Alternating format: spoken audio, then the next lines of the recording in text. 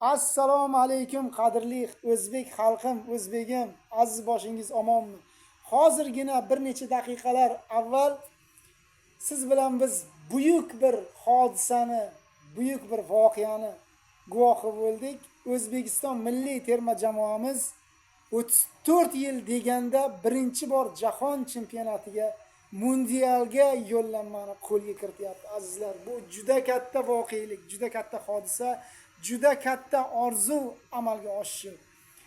Siz bilan biz shu kunni guvohi bo'lyapmiz. Bu tarixda qoladi azizlar. Birinchi bor O'zbekiston terma jamoasini jahon chempionatiga chiqqanini ko'rgan muxlislar eng baxtli muxlislar deb yodga olinadi. Esingizdan chiqarmang. Bu kunni ko'raman deb necha muxlislar orzu qilishdi.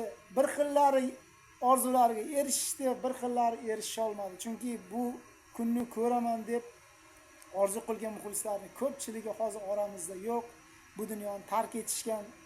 Chunki O'zbekiston milliy jamoamiz har safar mundialga chiqaman deganda nimadir to'sqinlik berib, goh arablar, goh yaponlar bizga yo'limizga to'g'anoq bo'lib mundialdan mahrum qilishgan. O'zbekiston milliy terma jamoasini 34 yil o'yinini kuzatib, necha televizorlarimiz sinib ketgan. Buni tan olishimiz kerak. Lekin ular bugun uddasidan chiqishdi. Yigitlarga tasanno, malades deb qolaman barchasiga. Olqishlarim cheksiz. Biz muxlislar qarshisida qahramonlik qilib 90 daqiqa emas, 100 daqiqa o'ynab borlarini maydonga berishdi yigitlar. Qoyil.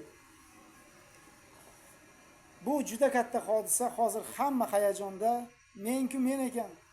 Xayrullo Hamidov ham, Davron Fayziyev ham, o'sha mashhur sharhlovchilarimiz ham qanchalar hayajonda ekanligini sharh davomida eshitdingiz, ko'rdingiz.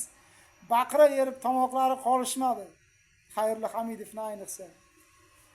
Baqirsa arziydigan kun bo'ldi. Qo'shaloq bayram bilan tabriklayman barchangizni. Bugun O'zbekiston milliy jamoamiz jahon chempionatiga yo'llanma olishdi. Bu katta bayram, barchangizni tabriklayman. Ertaga esa Qurbon hayiti ayyomi. Bu bayram bilan ham butun musulmon xalqini, o'zbek xalqini tabriklab qolaman. Olg'a O'zbekistonim, olg'a o'zbegim.